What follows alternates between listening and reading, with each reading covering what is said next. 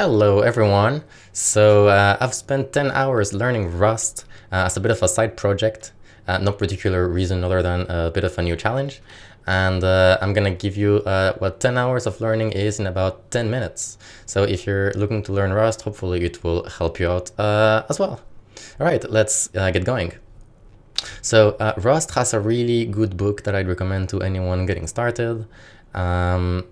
I literally found it via their website too. It has 21 chapters, and you can feel pretty confident after you finish the 21 chapters. It's fairly advanced, so you have everything you could possibly want, and it's all here.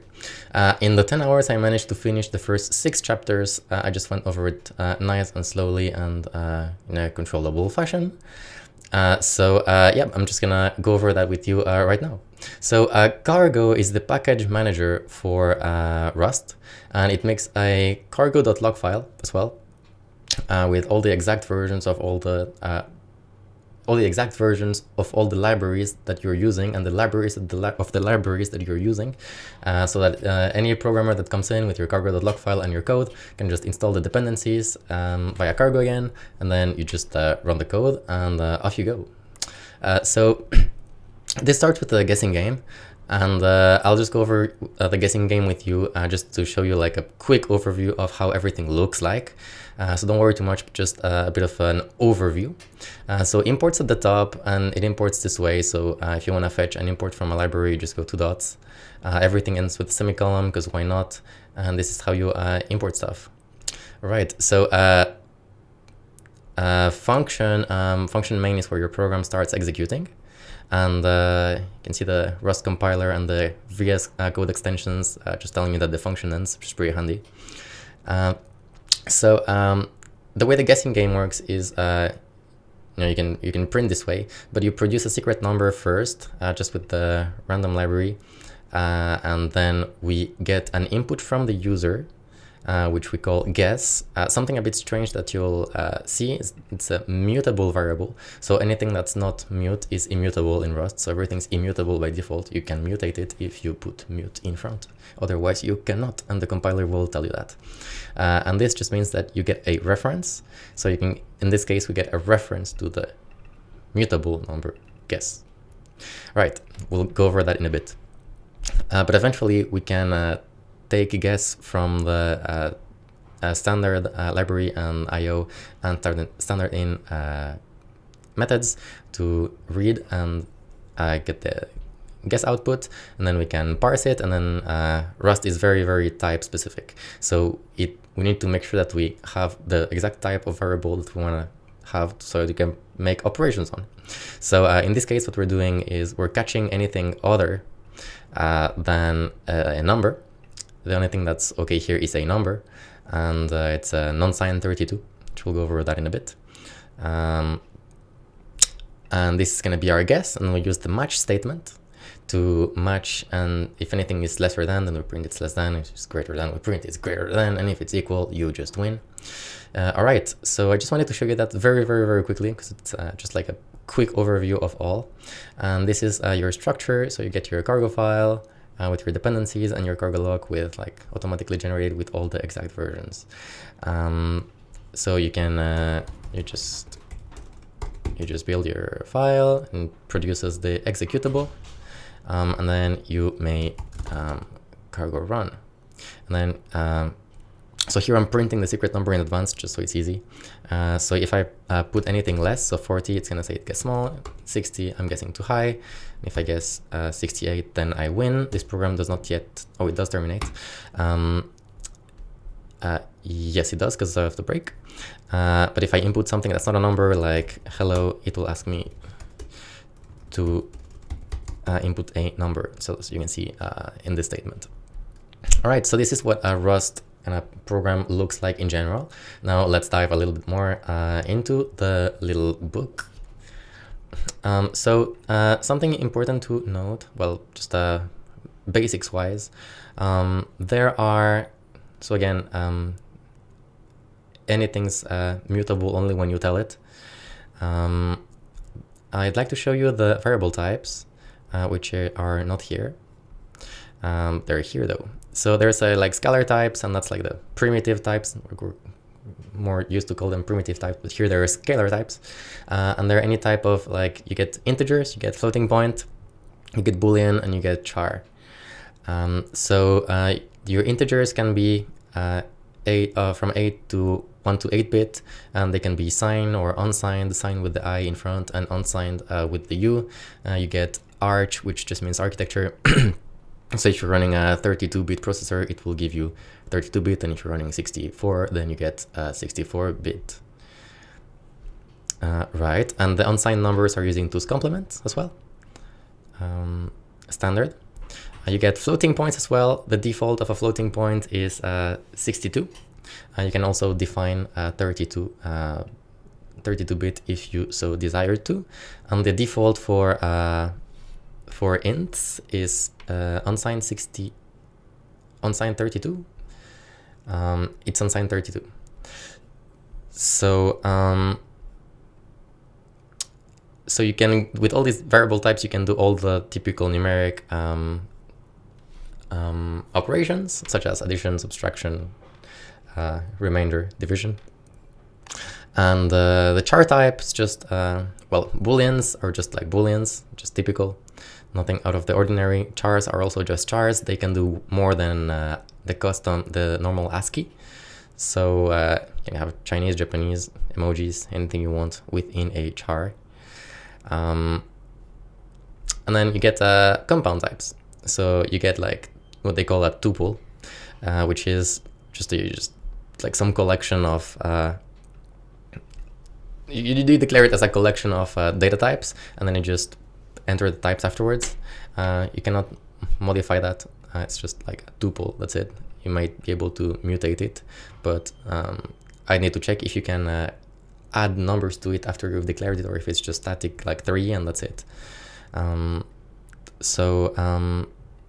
That's just a tuple, collection of numbers.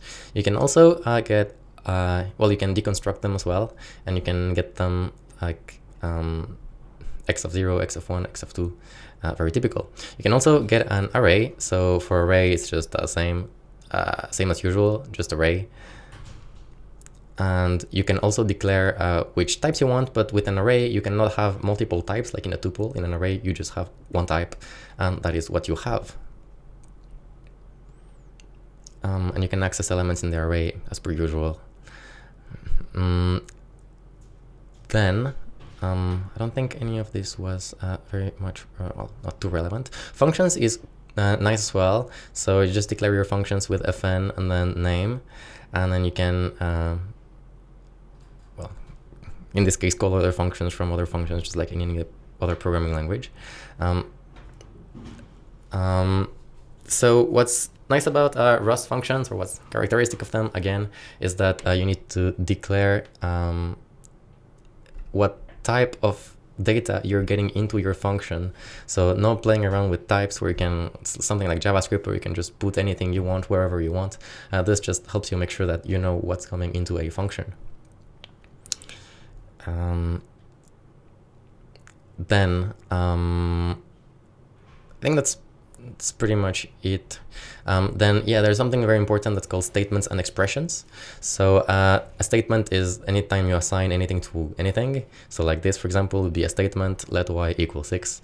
Statement, because you're assigning something to something else. But you also get expressions, and that's an expression is just anything that returns anything. So for example, this would be so you let y, for example, then this would be an assignment, but this would be an statement, but this would be that would be a statement, but this would be an expression. So this is an expression. Expression returns something, and then you just get y to be equal to x plus 1, so 4. It gets very interesting when we get to the ownership part, but for now it's just like standard, kind of how it works, kind of typical. So we'll just go through it fairly quick. So sometimes you don't need to specify a return value in functions, such as this one, for example, the last assignment. that you have is just whatever the function will return. So for example, this function, you don't have to write return 5, you just put 5. And assignments, so things that return don't have semicolon at the end, it just means that it's going to return that. So here, for example, method 5 just returns an signed 32-bit integer 5, and then it just main just prints it out.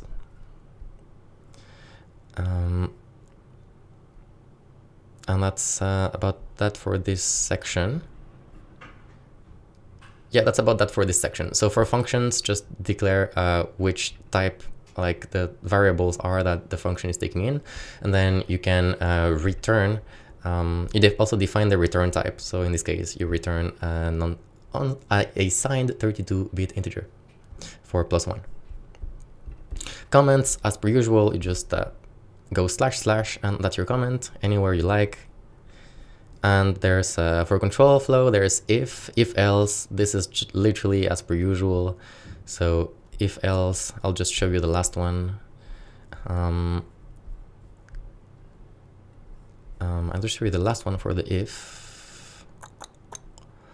Well, this one is a good enough example. So you just go if condition, then you may break, and that only breaks inside the loop. You can also reference loops with a name, and then you can end whichever loop you want that's in the hierarchy.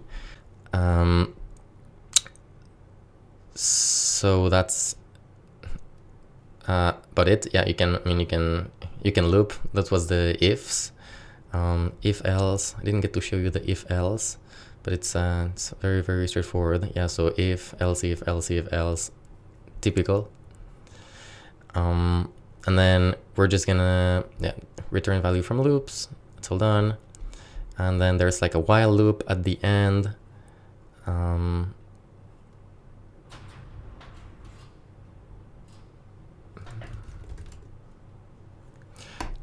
Yeah, there's while and there's for. So yeah, so that's like a while loop, just typical while loop, and then just a for loop. Nothing, nothing that we're not familiar with. Ownership is probably one of the most important topics in Rust, and that's why Rust is such a widely used programming language for blockchain applications.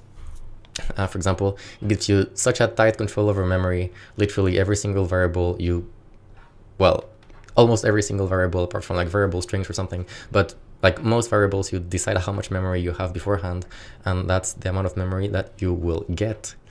So so what you have to understand about ownership, it might be a bit daunting at first, but actually all ownership is that only one variable can be have ownership at any one time, and then other variables can borrow that ownership, and then they would be in charge up until they're not. But all that means is it's only one variable that can control, that can have the ownership and therefore change it. So let's see how that works a little bit further. So there's a bit of a difference between stack and heap that they explain you here. So the stack is the last in, first out. So there's a stack of plates, say, and you just put stuff in the stack. It's really fast. So both stack and the heap are in the random access memory. And you get the stack, which is just stacks variables on top, and the heap is a bit slower, but you can store things that are a bit more variable. And the way everything works is, if it's a small variable enough where you can declare, you know how much space you get before, you just put it in the stack. But if you do not know that, then say it's a string that might increase over time, then or an array that also might increase over time, then you put the information on the heap, and you just store the name of your variable, the pointer, and a few other fields in the stack, and then you're good to go to use your system. Then Rust does not have a garbage collector, and the way it works is there's something called scope, which I think we'll get there in a bit, but anyways, for scope, anytime a variable is out of scope, it just disappears, and it gets cleaned automatically. And that's how your garbage gets managed by Rust. So anytime you don't need a variable, it automatically just goes away. So no automatic process or something, or some thread running in the background cleaning up. Now, as soon as you're not using the variable, it goes out of scope, then it also gets cleaned up. So that's how Rust can avoid having a garbage collector. And if you would like more memory, because you might be inclined to think, well, you know, what happens if like overall, like say, the compiler pre-thinks that I'm gonna need this amount of memory more or less. What's gonna happen? Like, how is Rust gonna interact with the OS if I need more memory? And the OS is just really to prevent programmers from writing malicious and/or stupid code.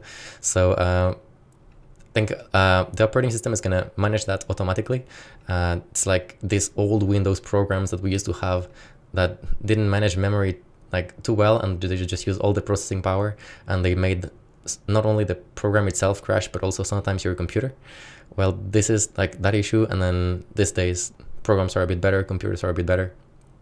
So if you need a bit more memory or something, I guess the OS will manage how to give your program more memory, so long as you're using an appropriate amount of memory and resources. All right, so that's I'll just read this one to you because it's important. So for ownership, each value has an owner, and each can have one owner at a time. And if the owner goes out of scope, the value gets dropped. And yeah, this is a good example. So you declare S, it's in a little scope, not a little bracket scope. And as soon as the scope is over, the variable goes and it's cleaned, and no need to be garbage collected because you just delete it yourself by it being out of scope, pretty much. You get a string type, which is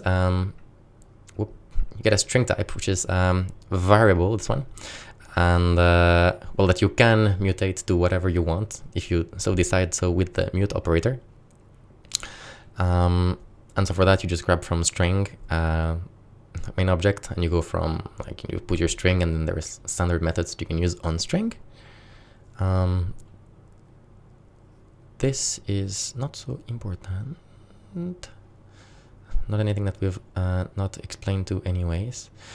This shows how you have your so your string stored in the stack. So in the stack you have the name of the variable is pointer that you're storing, and the value is the value of the memory pointer that allows you to fetch this data from the heap, so the location of the information in the heap, and it has length and capacity.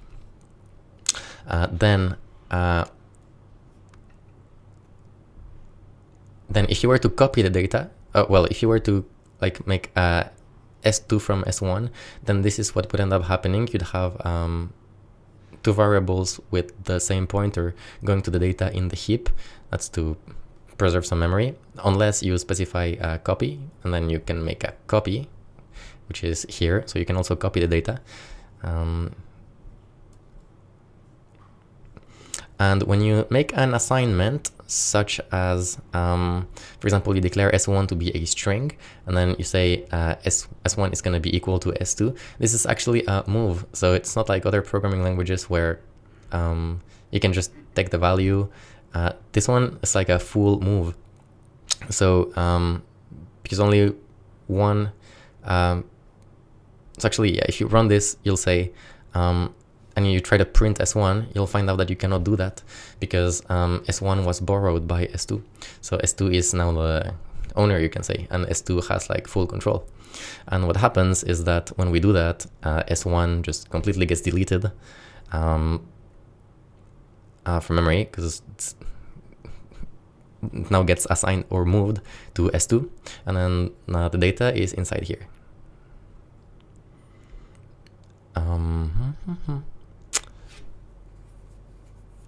Yeah, you can also clone data, which we've already said how it works. So for example, yeah, those are all examples of ownership, which we've explained the principle, and we've probably done long enough on this. You can do references as well. So I'm just checking time. So for references, you can reference your data. So instead of like declaring a string and then moving it all the time, you can just reference it.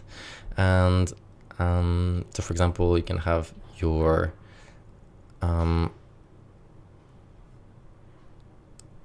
so in this case, you just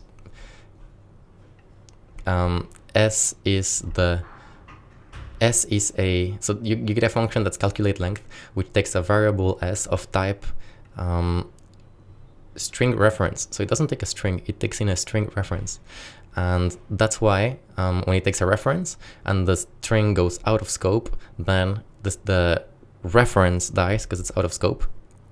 And then you can still use your S.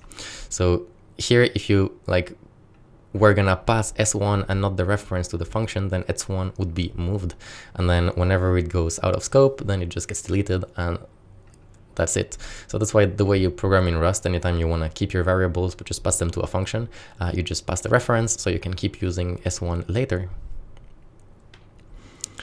And it should be, yeah, it's, I mean, pretty much all you need to know about references. Obviously, if you make it mutable, and if you make a mutable reference, then you can change the string, and that will work. And that's the basics enough.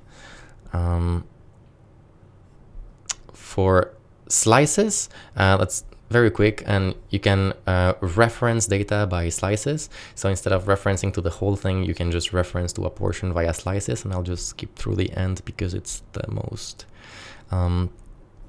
yeah, so you can like reference a portion of an array, you can reference a portion of a string, and that just allows that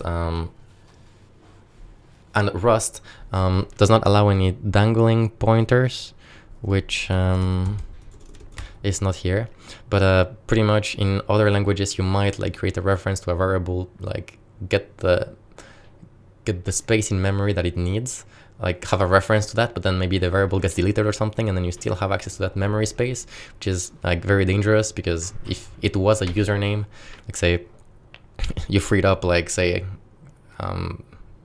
like a bunch of memory just to put some say username, but then the username just you don't use it, so it goes out of scope, and that memory gets used to store a password, for example, and then the user or the programmer tries to access the so-called username, but then it's not the username because now the data is for the password, then you get a security leak, and that's no good. So Rust protects you from accessing dangling references, because it makes sure that every string is in scope. Like the reference to the slice string in this case is always in scope whilst you're using A. And if you don't, the compiler will tell you that you're doing something wrong. So it tells you at compile time, and it ensures that there's no dangling references and that all your references are valid and referencing the data that you want to reference whenever you want to reference them. And then we'll just go through these very quickly. So structs are kind of like a class. Item, you can just put your variables. This is syntactical, and you can have methods implemented as well. Obviously you can build them, but you can impl. You can have enums, and enums are kind of like a struct, but not really, because enums are also a variable type. So if you want to have like an IP address and treat the IP address differently based on and you want to have like a function that takes in an IP address, then if you have an IP address kind, then you can just pass it into the function, and that'd be fine, because Rust is so type specific. And then if you had a different struct for each of these, then you'd need different functions. You couldn't pass it to the same one because it wouldn't be the type required. And then this is just syntactical on how you use them. And yeah, so you can use enums, structs, and you can also have a control flow. And there's like a nice exercise that I can probably just show you the end of.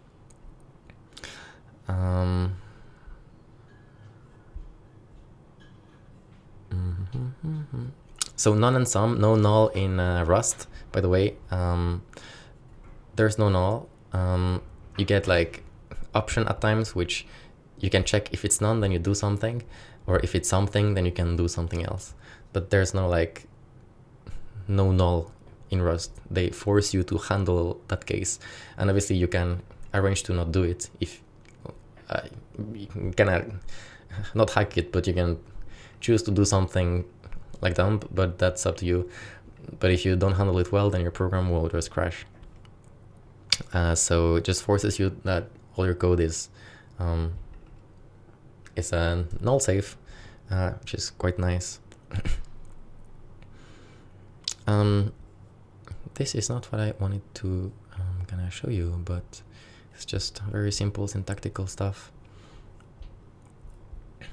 Yeah, this is all syntactical stuff. With a bit more time, I could probably just walk you through everything. But anyways, I hope that this was a helpful Rust tutorial. And this is gonna be a bit of an overview. Hope that it saves you time, because all this can like take some time to learn. Yeah, hope that your Rust learning journey will be good, and hope that you've managed to learn something and accelerate your learning in the future. All right, bye-bye.